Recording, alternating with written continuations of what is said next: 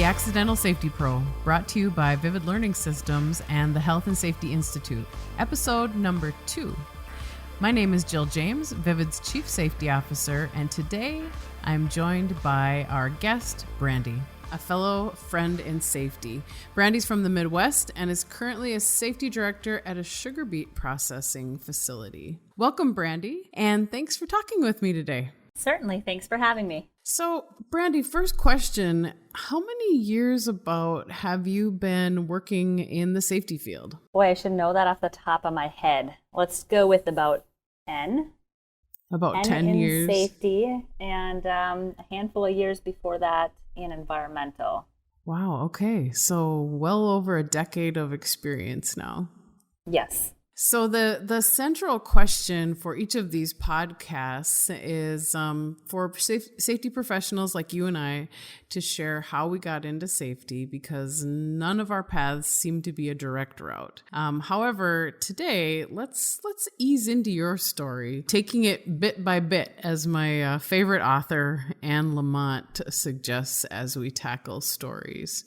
So, Brandy, you have a college degree or degrees. What's your major and how did you pick it? Sure. I started in my undergrad with environmental science. And initially, I started working in the DNR program, so natural resources, thinking I would tromp around in the woods and love the outdoors in Minnesota here. But I soon realized that I probably didn't want to only make $20,000 a year. So in changing my plans, I still focused in environmental and really looked at the industrial side of how to protect the environment. So that's basically how I started my career in an environmental compliance role.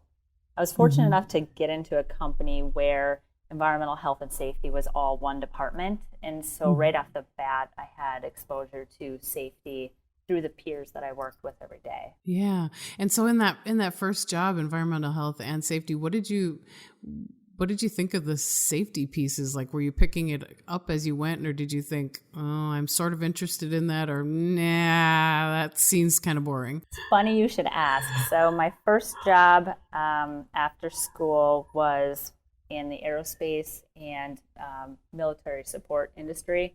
Wow. And I recall very vividly one of the first times in a 7,000 acre facility that produced small caliber ammunition. And walking through that facility and the different departments and the different expectations around safety, it was intense. It was very intense, and not really having a lot of industrial experience prior to that. When they handed me a copper pole that I needed to drag on the floor to stay grounded, oh my gosh, it really opened my eyes to the reality and the exposure and the hazards that these people worked in every single day. And while my focus was learning the technical aspects of environmental compliance for this industry, it certainly was interwoven with safety through and through.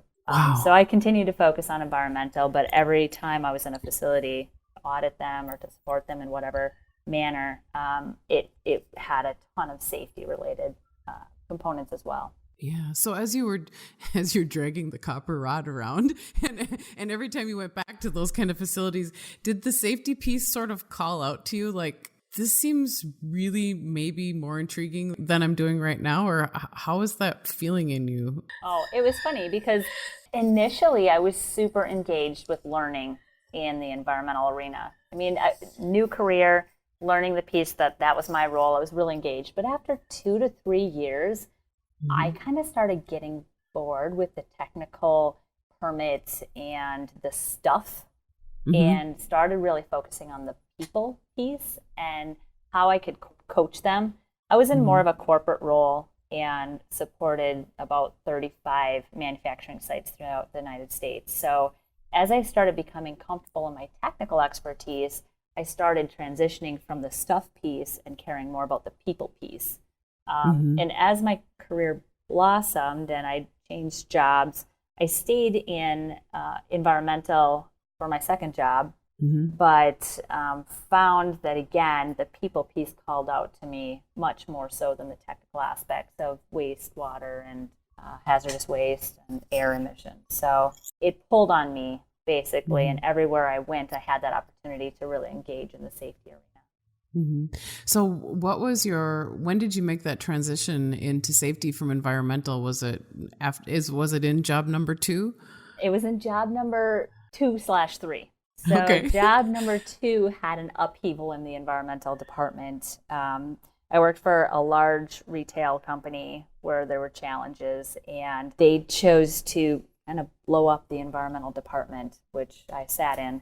And I was able to maintain a job with them under a project management scope, which was okay for the time being, but really had no passion for it.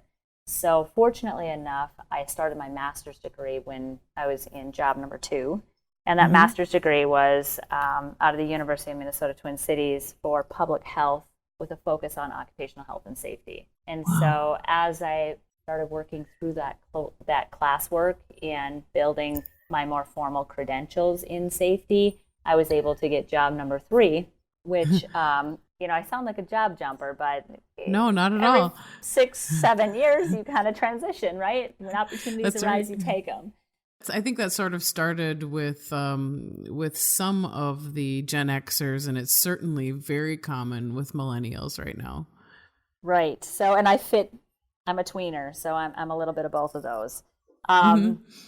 So job number 3, I finished my master's degree in, but I was fortunate enough to get in environmental health and safety, which 90% of that job was safety, supporting, again, about 23 facilities that produce corn or soybeans. So kind of changing out of retail and back into that manufacturing setting, which I actually found much more rewarding.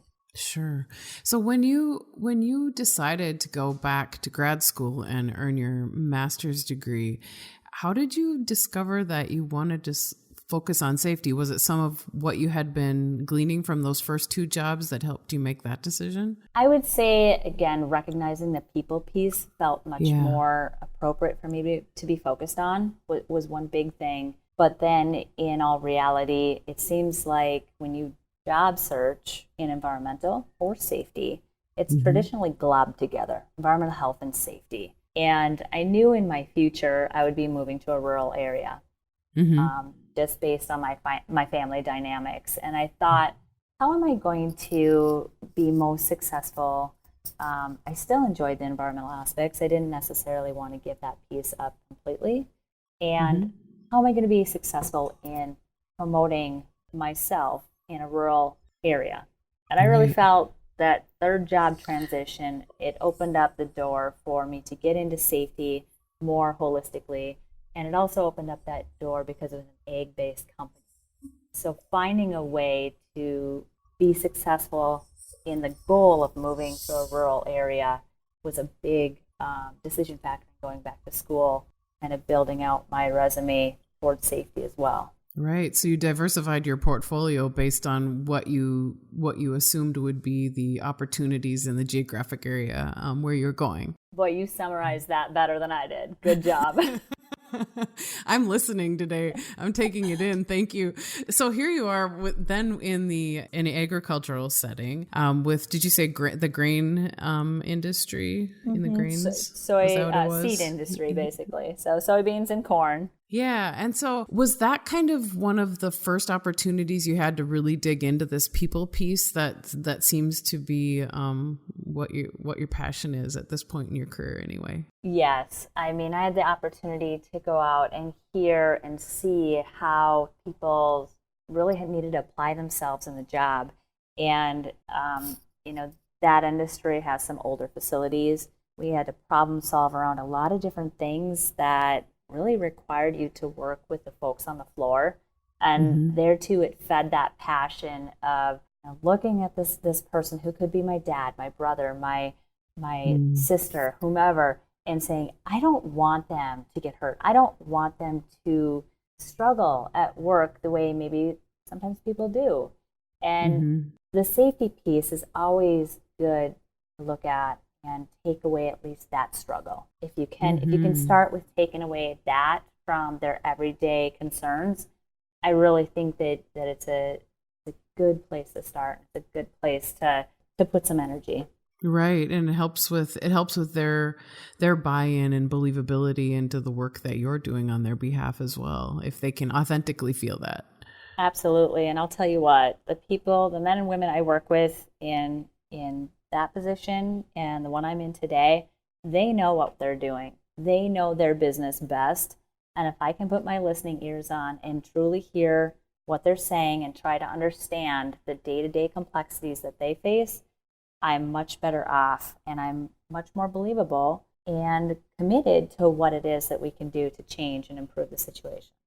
Yeah, I think that's a really important piece. I want you to bring us up to speed on kind of where you went next, but let's just focus for a second on how you did that, because I think other safety professionals listening will want to hear a little bit about, like, how do you go about engaging in those conversations with your employees? Like, what's your approach? That how do you become that trusted advisor to them, that they want to tell you about your job, about their job and their work? How do you enter into that? You know, this world is so busy, and especially in the position I'm at today, I feel like there's so much work that I could be doing behind a computer screen, but just give them the time.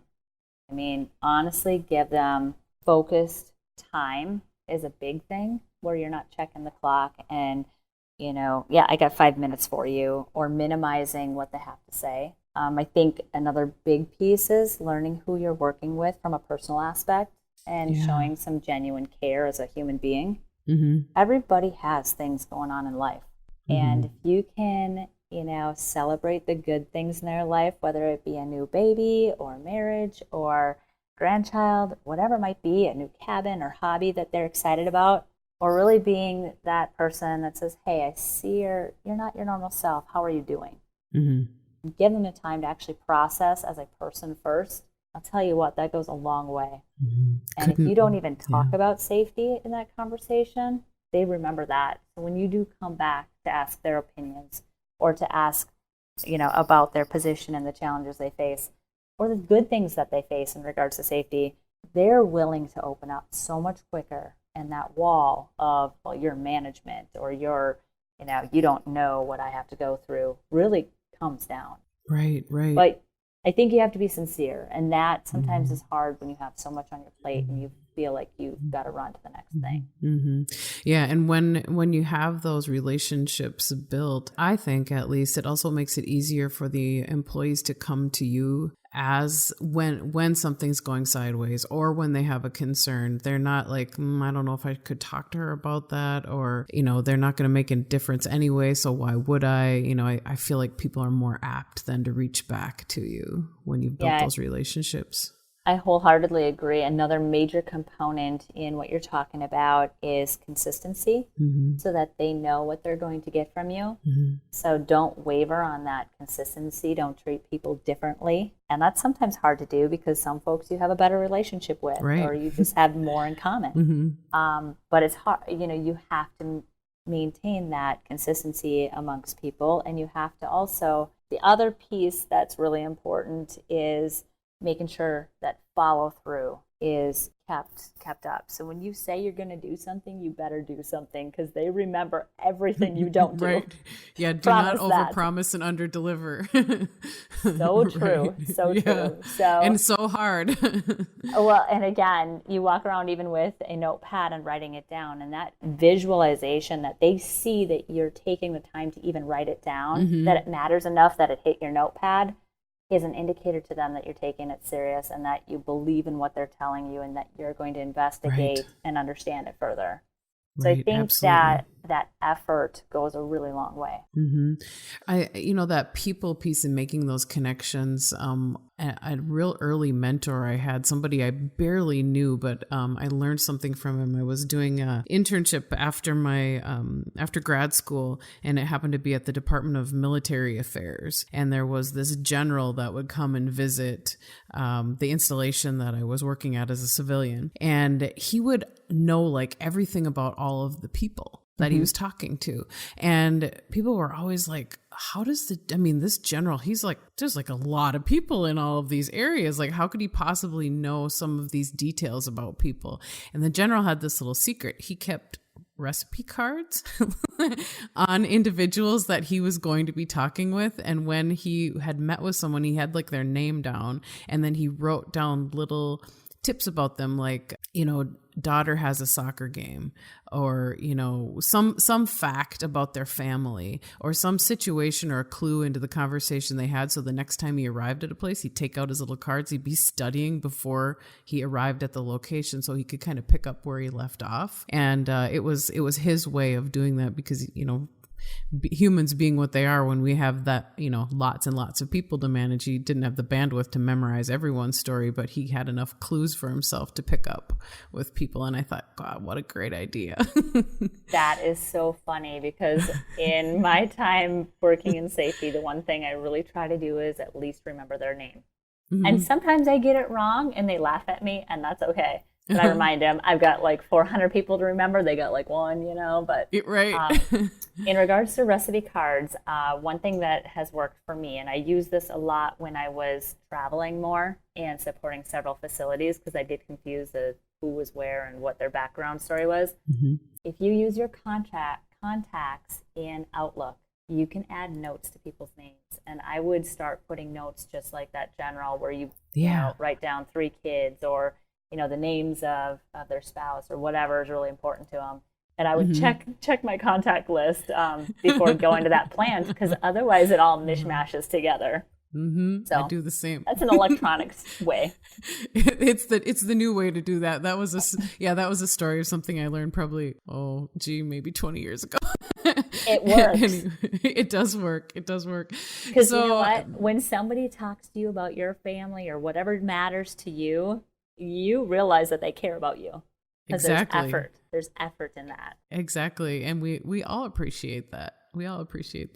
So you're in that job, and how long were you there? And then when did you make your next transition? I was only there for about 2.5 years. And the position I'm in today opened up, and it was close to my husband's family farm. So that was kind of the direction. We knew we were going to move back out to this rural area. And I basically just have the search engine open, if you will, for any type of environmental health and safety job in that area, because it really never came up, but maybe once a year something might interest me that was within an hour of the farm. And so when this position opened, I threw my name in the hat, not really thinking anything of it. And I really wasn't quite ready to leave the job that I was in, but the opportunity was too great.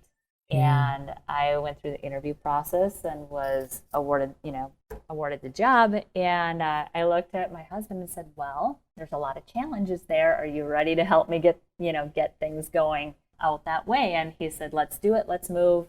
It's what our family plan was. And it just happened a little bit quicker than I thought it would. Right. And so in your work today, is it kind of a balance between safety and health, or is it more safety, or how is that? Are you still using both skill sets? No. In fact, I would say I really support environmental from the sheer fact that I see things in the plant that maybe are concerning, and then I tell the environmental department about that.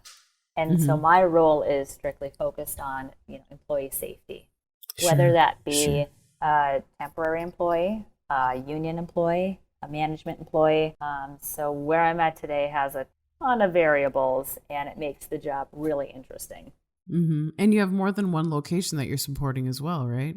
Yes. So we have a processing facility here in Minnesota, and then there's also a sugar processing plant in Southern California, and a seed production facility for sugar beets in Sheridan, Wyoming. Oh, so you get to travel around, but you also have employees in distant location. Yeah, right. And so with this job, correct me if I'm wrong, but I believe you've told me before, you actually have it's more than just you with safety. You do have some other people supporting your work, especially in those other locations, right? Yes, and it has been a wild ride. I've been here now 5.5 years, and the department has transitioned dramatically. When I came on board, there was one other employee with a safety responsibility, and they were an entry-level union employee. Basically, you could bid into that job, so there was no technical skill sets to support what I had them doing. But the role was there, and they were a tremendous help because that position supports all the inspections that are required. And in a facility that is over a section in size, it's a lot of ground to cover. So that person does all of the fire extinguisher inspections every month, the eye washes weekly, and so forth and so forth. As many of us know, there's a ton of inspections. Right. But since I started, I've also been able to get an environmental manager under me and another union employee that does support all of the heavy equipment training. So the department has grown, and it's been really, really awesome to see that kind of support from the company and investment in safety and recognition that there's just a lot to do when you've got a facility like this. Right. And so everyone who is listening to this, who's a sole operator, is now suddenly totally jealous that you have people to help you in some of those areas. And it sounds like you had to build consensus for that, to be able to have support, to get that help. Was that a huge challenge for you? Or how did you go about getting some of those other positions in place? Hey, that's a fair question. And I feel very fortunate having the support here. I guess one thing that I was able to do is really utilize some negotiating skills, right? When you want help, what do? You highlight how much work needs to be done. And so in defining the work that applied in the safety arena for the facility we ran, it was very clear that one professional could not accomplish doing just the programmatic, just the basic compliance aspects for the facility. And so when you provide that to your executive team and say, this is how my vision of how I see us being able to accomplish this, please support it. It at least was logical enough that they were willing to provide that additional help. Furthermore, we had been in a place where it was clear that opportunities were abound. Let's just say it that way. There was a lot of work to do. Some heavy lifting, and so when it was summarized in front of them in a compelling way, it was clear support was needed. Yeah, so you built your case, you built your story, and then you shared that story essentially with your management team. Absolutely, and really getting out on the floor and learning what people do was essential. So I had to at least have that credibility to start with. Yeah, and it took me, about 2 years before I could even build that case and be capable of speaking clearly to the questions that they would have afterwards. So it's not something you just walk in and say, hey, this is what I want. Right. You kind of have to prove yourself, and you have to show that commitment. And in all honesty, when I started this job, I would bet on average I was working 12 to 14 hours a day, 5 and 6, 7 days a week. So it was a heavy lift, though, and I felt really obligated to get some structure in place to protect the people who worked here, and recognizing historic issues. And they finally had somebody who was writing down the issues, right? It just took a lot of time to process what that meant and how to most effectively address all the concerns. Sure. So you were triaging sort of some of the worst scenarios so that you could put them and weave them into your story. But at the same time, when you're putting in all these hours, you're actually being able to make a difference for some of those, for the low hanging fruit. That's the highest hazard things. Absolutely. And it was at a time in my life where I didn't have children, so I could really focus and dig in on this career. And it was so incredibly rewarding to build that trust with the workforce and to understand the challenges that had plagued them year over year, or maybe they just felt like nobody was listening. Yeah. And the challenge to make that difference. Every day I went home, I knew I had done something to protect somebody. And that was incredibly rewarding. And as I built this team, I don't get as many opportunities because a lot of the low-hanging fruit is gone. But now some of these big lifts that are, 6-month, year-long projects, when they're done, that sense of accomplishment comes back. And I just feel like for safety, there's never going to be There isn't an end. An end. There isn't. It's just like learning about safety, right? I mean, we're never done learning about something with it either. That's what I love about it. Yeah, me too. The human factor, sure. Going back to my environmental technical background, you can read regulations and you can understand situations are different. But when you add the human factor to everything you talk about and do, boy, oh boy, it just changes. Yeah. It just makes things so interesting. And it challenges you in a way of problem solving and strategy and communication every single moment of the day. So, I mean, that's kind of what keeps me driven towards continuous improvement. Yeah, it's fun if that's your thing with people. It is for me, and that's been the most favorite part of my career as well. So regarding people and regarding building credibility, sometimes those of us in safety have to build street cred with our employees. And sometimes that means working shoulder to shoulder. Sometimes that means doing things you never thought in your life you would do. So I'm over here laughing. Yeah, right? So what are goodness. some of those crazy jobs or tasks or things that you leaned into and just did it and went home that night and thought, you're never going to guess what I did today? Oh, well, super simple thing. And people may listen to this and think, really? That's not that big of a deal, but it's a big deal to the folks on the floor. So unfortunately, the culture that I work in is management and union. It's not all employees. And so when somebody in management steps outside of a role, it could be looked bad on from the union, like, hey, you shouldn't be doing that. Or it could be, oh my gosh, I can't believe they're doing that. And so even this week, I picked up a hose and started washing down the floor because it was slippery. And I don't mean just a little bit of floor. I mean like a mile of floor. So like an hour and a half later, I got the floor washed. And, Wow. not that big a deal. But, when I had, dozens of employees walk by, they saw that somebody in my position was focused enough. And I said, hey, this is for your safety. I'm not going to walk through here when I have mud literally up to my knees. So it's not just cleaning the floor a little. It's like ridiculous. A lot of mud. A lot of mud. And, that says something to the employees. There's that cred piece. I've been inside of some confined spaces that most people don't fit. So that is not my most favorite thing to do because I realize I'm a little claustrophobic. Didn't know that before.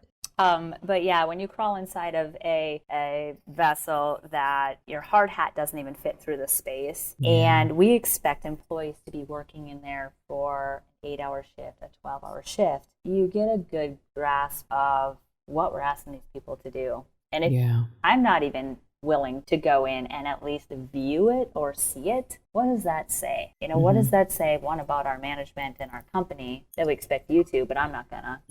And from a credibility standpoint, when I crawl in there and I come out completely filled with soot and itchy with all the dust that, that's down every part of your pants and everything else, you laugh about it with the employees and they appreciate that you at least recognize the challenges they face, if nothing else. And that as the safety professional, you're taking every precaution to send yourself home safe as well. So when you're demonstrating what you're doing in those really high risk situations, it speaks to them. Absolutely. And it's really cool because you take the time to ask them, hey, show me how this is locked out. And they're excited to show you what they know and that they've got this. And so we walk through the lockout and I apply my lock and I say, hey, can you try it? I just want to make sure. Let's look over the procedure one more time. And we try it and everything's good. There's a sense of pride there. There's a sense of, what you taught us we're taking serious, or I'm going to protect myself. So don't worry. And it's cool, that rapport that you build with the people, even though you're validating or checking what they're doing. They're doing it right. They are excited about it. And if there's a problem with it, you don't bash them over the head right away. Usually it's not on purpose. It's more of a coaching opportunity or hey, let me learn more about this. Why didn't we do this? Oh, there's this challenge. How do we get rid of this challenge? And so you can take the process, more easily or whatever's going on. But it allows you that opportunity to dig in a little bit more, to learn more, to understand the everyday challenges that they face. You're willing to get out there with them. It's pretty important. And, one of the other things I'll mention is we've got an area of our facility that has a lot of particulate. And, it's a required respiratory protection area. And I had housekeeping tours that I was setting up. And I told the CEO, I said, hey, Steve, come along with me, and he's like, what do you need, and like, come on, you're coming with me to one of the places in the plant that's what I would consider kind of miserable. I mean, we can certainly work there safely with the proper precautions, but it's really not that enjoyable because there's just dust everywhere. And so bringing my CEO out to that area, another way to build credibility is bring other people that your workforce doesn't expect. Yeah. And highlighting the concerns to somebody who has the power to change them. I think your folks will appreciate that, and they will recognize that when you're with them, that you're doing it for a purpose, and that purpose is for them. And so, my hope out of that would be, or my result out of that would be that the recognition for ventilation, or for, suppressing that dust, or fixing the machinery that's allowing that dust source. And it's pretty cool when that starts to click in place, because it not only gives your safety team credibility, but it also gives your executives credibility. And when you start doing that, your workforce management walls start coming down, and that communication starts flowing easier, because there's a belief that when there's a problem, things will be fixed. Right. So that's another really good way to build that credibility.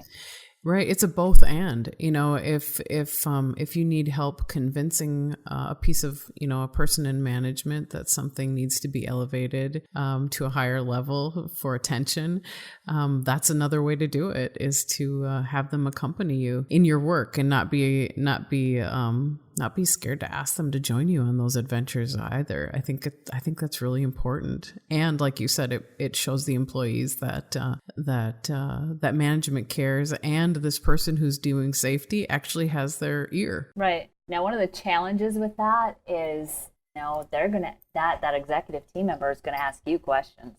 You better be ready to respond to, what is acceptable. Yes, I have had industrial hygiene testing out here. Yes, I have validated that the PPE we're providing and the program that we've established is correct and accurate.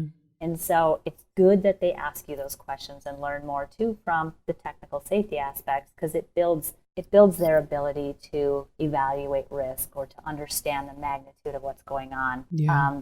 So, when you're bringing those executive team members out there, those folks that have the ability to drive change, be prepared to answer questions. And if you don't know them, that's okay. You don't have to know everything, but you do need to get back to them with the answer at some point. And so there goes that follow-up thing again, because for a safety professional, you don't only need the credibility on the floor, you need the credibility from the business aspect as well, because you're going to be asking for money, right? And so you need to build your...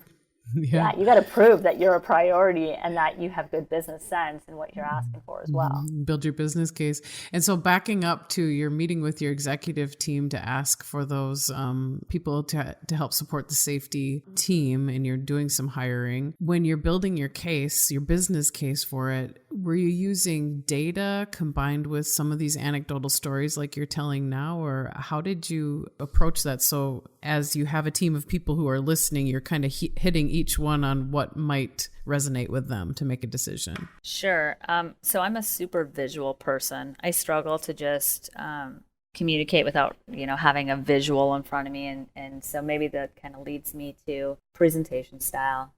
I went out and I took photographs of every single piece of rolling stock in our facility. And so we have a locomotive, we have a switcher, we have several payloaders, we have forklifts, skid loaders, scissor lifts, and the list goes on. All in all, we have close to 75 pieces of rolling stock. And so I took photographs and said, so what do you think the training looks like for this guy? And what do you think the training looks like for this guy? Oh, and did you know that OSHA requires, powered industrial truck, XYZ, blah, blah, blah. And then, I was able to hit the magnitude of rolling stock. And then I said, so what do you think our training statistics look like, guys? Well, they better all be trained. I said, really? Because here it is. And then I had a printout, something physical for your team to walk away with and think about. And the printout was a single page. That was it. Granted, I have 350 employees and 75 pieces of rolling stock, and I had a single page of training saying, this is where we're at today. So if we have any problem with this equipment causing an injury, and how do you think these people should be trained to operate the equipment safely? And by the way, we have some non-compliance here, and that usually gets people going too. Right. But you give them the visual. Okay, I've got lots of equipment. Okay, I have nobody trained. Oh my God, what are we going to do? Crisis. And oh, by the way, OSHA dictates we do a lot more than this. Yeah, I think it worked. It definitely worked when I was lobbying for somebody to help me with, heavy equipment training. Yeah, that's a great story. There's pieces, but you got to try to hit everybody's mode, and everybody thinks different. So you can give them a visual. If you can give them something to walk away with that's more statistics-based. To your point, Jill, data speaks. And a lot of times data speaks really loudly to people in these positions. And then you add in, oh, did you know that the general fine is XYZ amount? And oh, did you know that powered industrial trucks create XYZ numbers of recordable injuries across the United States? And you give them those stats to really chew on. And if you really have to, you try to do the hit them at the heart. Hey, do you know anybody who's been hurt on a farm?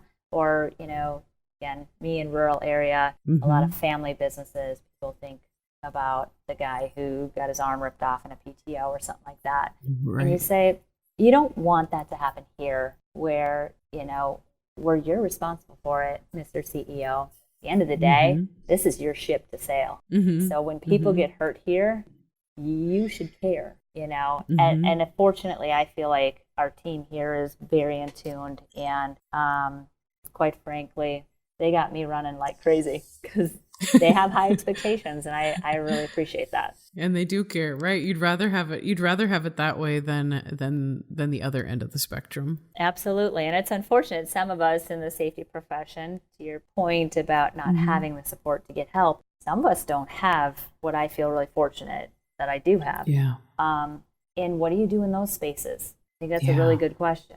What do you do when you don't have support? And it sounds super generic, but for those of you that are feeling hopeless right now, you do the very best you can. That's the answer. Yeah. You do the very best you can. Yeah.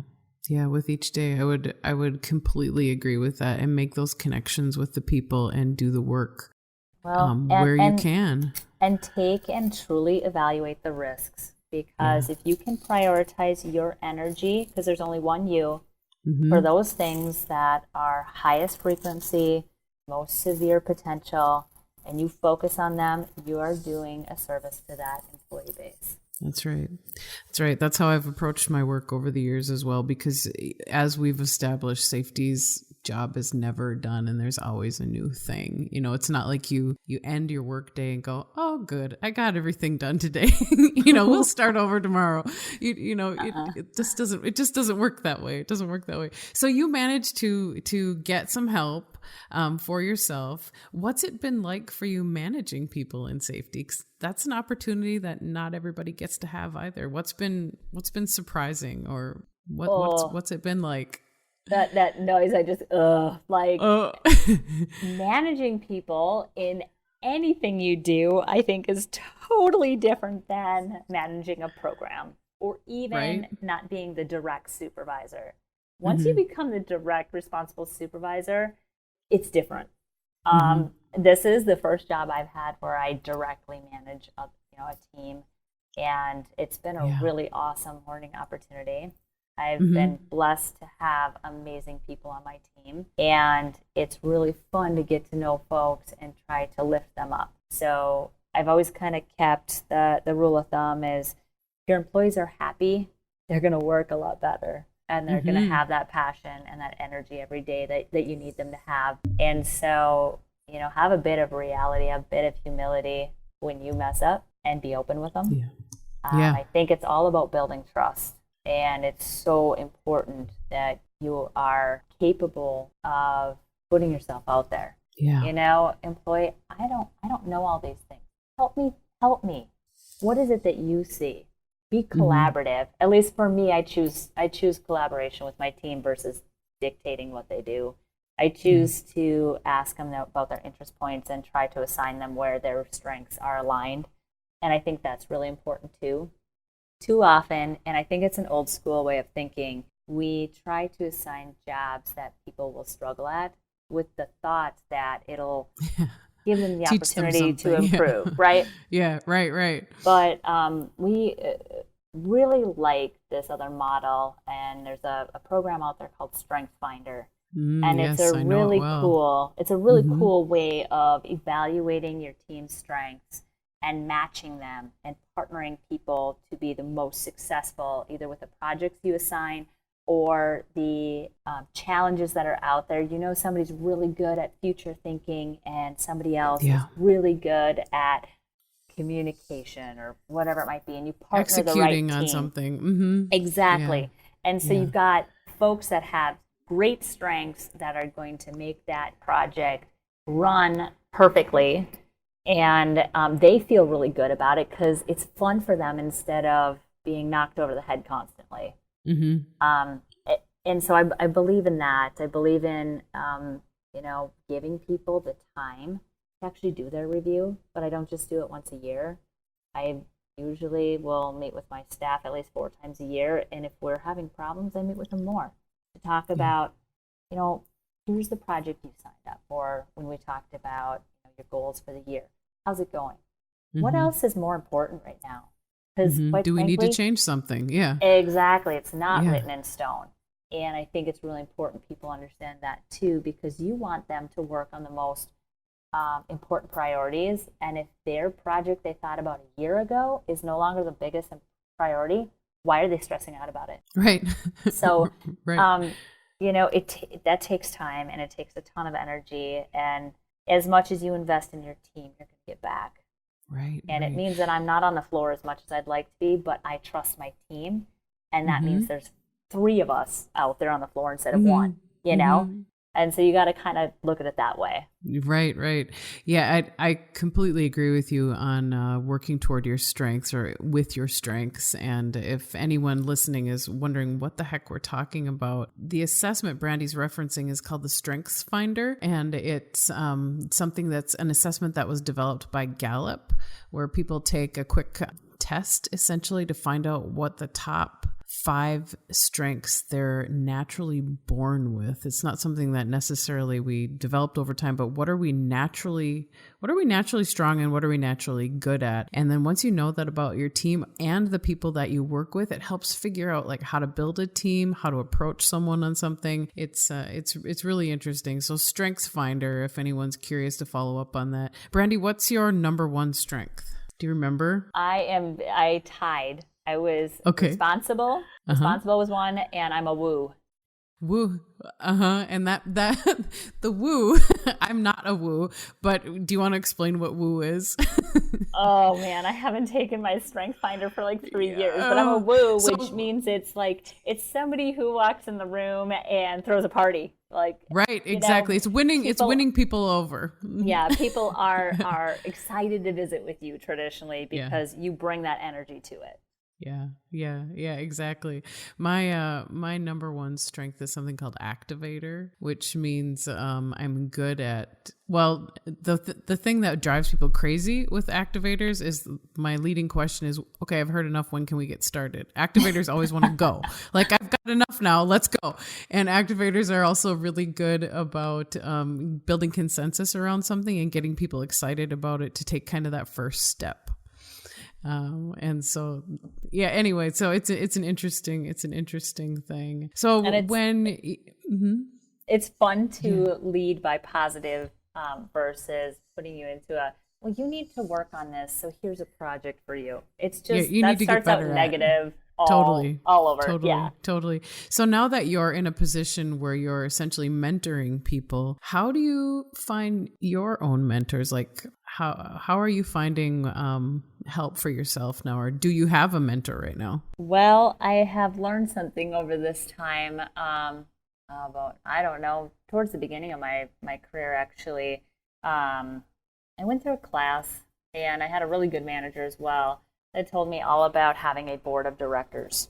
Now, it doesn't mean that you can just have one mentor. You don't need just one person to help you out. In fact, again, the whole concept of there's lots of different skill sets out there. And just because you have challenges with some of them doesn't mean everybody does. So I have a group of people that I rely on, and it depends on what the challenge is on who I call. So I feel like I've grown dramatically from a strategy standpoint as my career has morphed into more of this leadership role. And that did not come naturally for me. It was one of sitting down with a couple different people that I felt did that really well. So for me, I sought out people who did things really well where I didn't feel as comfortable or confident in. And yeah, so from a mentorship standpoint, I look across the company I work in, but I look outside of the company as well, because sometimes it's nice to have a clear view and somebody who doesn't know all the politics that go on in the job you're at, because they give you the information that you really need to synthesize and bring back to the company or bring back to that problem. Right. And it's unimpeded in a sense. So I have a whole lot of people I rely on to mentor me, and I guess that's something that I learned really early on. I love that idea, how you frame that as your own board of directors. That's genius. That's genius. And you know, the thing about our profession is often when we're solo operators, where we are, it's hard to find people within our own companies to ask some of those really specific things to. And the great thing about our profession is there's really so few of us that we really like to help one another. It's so cool too, because you really can't claim it's copywritten or anything like that. Right. You can share your stuff. There's nothing that's proprietary about safety. And it's kind of the way I think, Jill, the community, to your point, the small community of safety professionals, we embrace each other and lift each other up because there's nothing to compete over. We all are making a difference in society, in making sure all of our employees are going home. And if I can share something that I learned, hey, awesome. That makes it even better. Right. Agreed. Like you, I've built my own board of directors too, and I love the way that you frame that. I'm going to use that now for myself. And you're Awesome. right. I have key people that I reach out to for specific things. And you're right. So when you reach outside of your company, it does help kind of synthesize or gives you a new way to look at something. And it's great. I love that. I've had a really cool opportunity too, I'll mention, in regards to mentoring and peer mentorship. Not that I'm trying to blob out all these things, but the Minnesota Safety Council, I've felt, has done a really nice job of making regional groups where, for me, our regional group gets together, I think, quarterly. And it's a good, quarter of the state. Safety professionals that are part of the Minnesota Safety Council will get together and bring our problems to the table. And that way, I've got 15 other safety professionals, 10 other safety professionals that hear about the problem and help me problem solve it, or throw out even a nugget that I can run after. And it makes it so much easier because we all have such different experiences, and we all have, I think, something to share. So that's been a really cool place to share ideas, and a way that networking and that safety community can help each other. And there's other groups, like the ASSE, that get together and you can sit down and network. And I just find that is so incredibly valuable, not only for the problems you're trying to solve, but again, if you're able to help somebody else solve a problem, it feels good. And I think most safety professionals are in this area because they want to make a difference. Right. And sometimes we get assigned safety. Like some of the folks that I've worked with in my previous jobs, it's one of 6 hats that they have to wear, and it's more of a burden. Right. And I have always found that it's unfortunate when a situation like that happens, because you have to actually find the buy-in. You have to push the buy-in of safety on the safety person at the facility. That's not right. Right.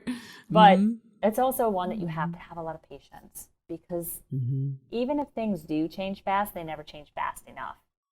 And so, I have found a tremendous amount of patience in this arena, because if you beat yourself up over all the things you wanted to have happen faster, you forget that you might not have control over it. Right. It's very much a marathon, not a sprint. Yes, yes. And if I'm going to send out any advice, just remember you don't have control over everything like I wish I did. Exactly. We wish we had the safety magic wand. Yeah. But Another bit of advice. We often don't. Yeah, another bit of advice would be when you go home and don't carry it on, because that's how you get burnt out. And I think our profession can be one that people get burnt out on. Yeah, that's a really good tip. So how do you go about turning off that safety button? It's hard. It's Right? really hard, especially since my facility runs 24/7 the majority of the year. It's really hard, but I think the biggest thing for me, and it took me a while to figure this out, but the biggest thing for me was trusting other supervisors and trusting that I did the best I could to prepare them to be my safety advisor out on the floor. Yeah. So on nights and weekends, if I'm not here, and I come in sometimes on nights and weekends, but when I'm not here, it's going to be okay because I prepared the other staff to take the lead. And I think that's a huge piece that sometimes is forgotten, that we don't prepare our supervisors to be successful. Yeah, exactly. I've been in the same situation as you, and it took a while to get people to a point where I felt like it was okay, and that they stopped calling 24/7. Yeah, that 3 a.m. call you know really that sucks. Right. And they'll be like, well, we knew that you'd wake up easily. That's like exactly what they say. We know your phone. We know you're not. We know you're going to answer. We know that you are there, and really sorry for waking you up. But and then you get the story, and you know that you're succeeding when those calls and those texts start to decrease because you've taught them to fish adequately, and they're doing it on their own. But in the beginning, it's a lot. Yeah. Remember that that 12 to 14 hour days I was talking about? It's a lot. It's a lot. But it's worth it. Been there. Yes, been there, done that. That's great. I love that. You know, the legacy you leave behind. Let's say I get this great opportunity and win the lottery. At least I know that I'm not leaving a big gaping hole, because I've built a bandwidth here to support the company in general. And it's hard to get that supervisor buy-in, but they're the people that you need to get bought in first. They have the biggest influence on the mass of people out there. Yeah, absolutely. Well, maybe one last question before we end our time together. Do you have, on a day that you're maybe thinking, oh, this, here we go again, here's this job. Do you have a story or situation that motivates you, that sometimes you have to lean into or lean back into to keep you moving ahead? Yeah, I have one that generally has driven me. And I have one that's more recent. I'm going to pick the one more recent because that's what resonates with me now. But this is one of those dirty secrets people don't want to talk about, right? Yeah. 3 months into my starting at the job I'm at, we lost an employee. We had a fatality. Yeah, I'm sorry. Thank you. Every time I think about that, about the thought of losing another employee, about what his family must have gone through, about the fact that he should still be here, that he was going to retire in 2 months and have free time to be doing his hobbies. Every time I think, oh, I just can't keep going, I think of him. And it doesn't have to be as morbid as what I'm sharing. It can be anybody who makes a difference, or who you look at and said, that shouldn't have happened, or I could have changed that.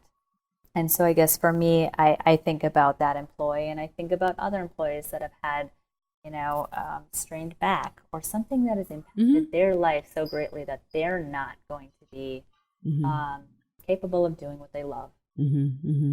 Yeah, right. That's what motivates.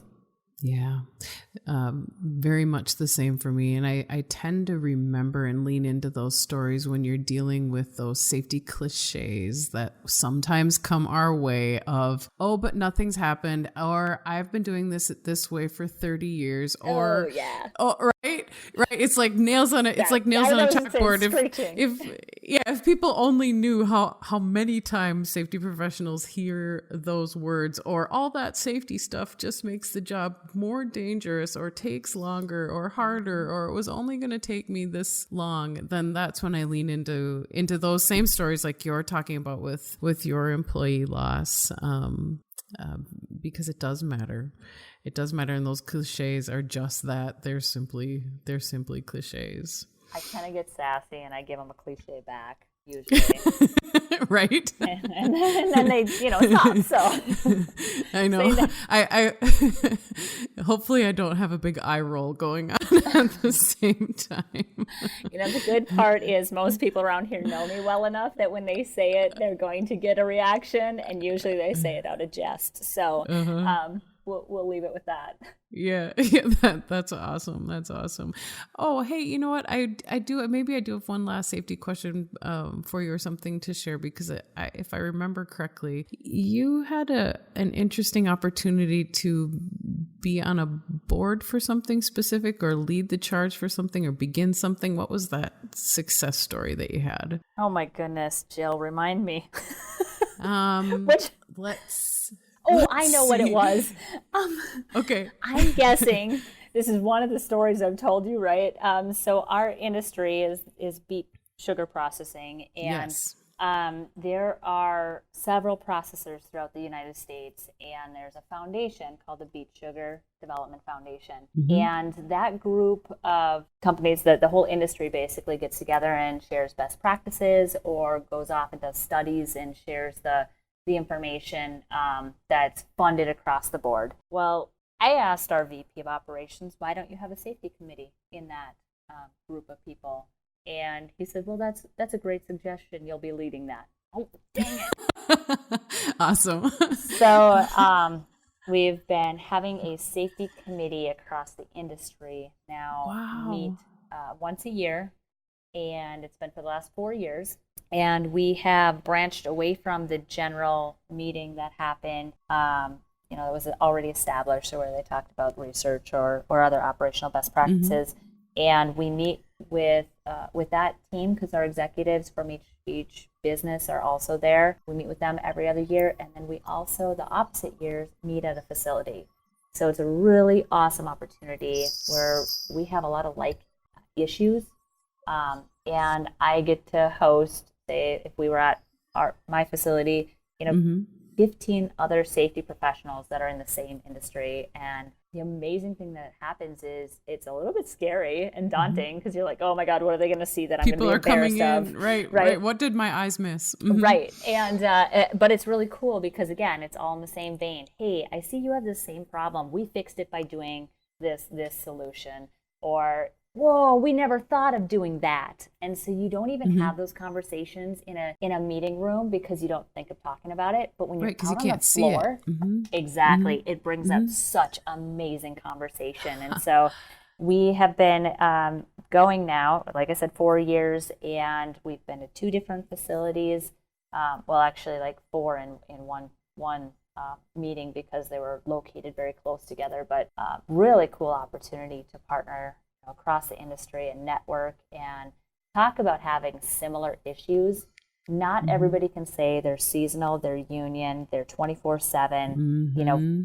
All of these challenges that mm-hmm. a normal response or solution just doesn't apply. So it's just super cool to get with that group and work through some of the stuff that we're doing. Well, way to get a seat at the table and to make history all at the same time, simply by asking the question. Yeah, why isn't right? Just be ready to take that one on. But it's been really fun and really rewarding. So. Oh, that's awesome. That's so awesome. Oh, Brandi, thank you so much for taking your time today to share your story. I really appreciate it, and I'm sure our listeners will appreciate it too. Thank you all so much for joining in and listening today. And thank you for the work you all do to make sure your workers make it home safe every day. You can listen to all of our episodes at vividlearningsystems.com or subscribe in the podcast player of your choosing. If you have a suggestion for a guest, including yourself, please contact me at social@vividlearningsystems.com. Until next time, thanks for listening.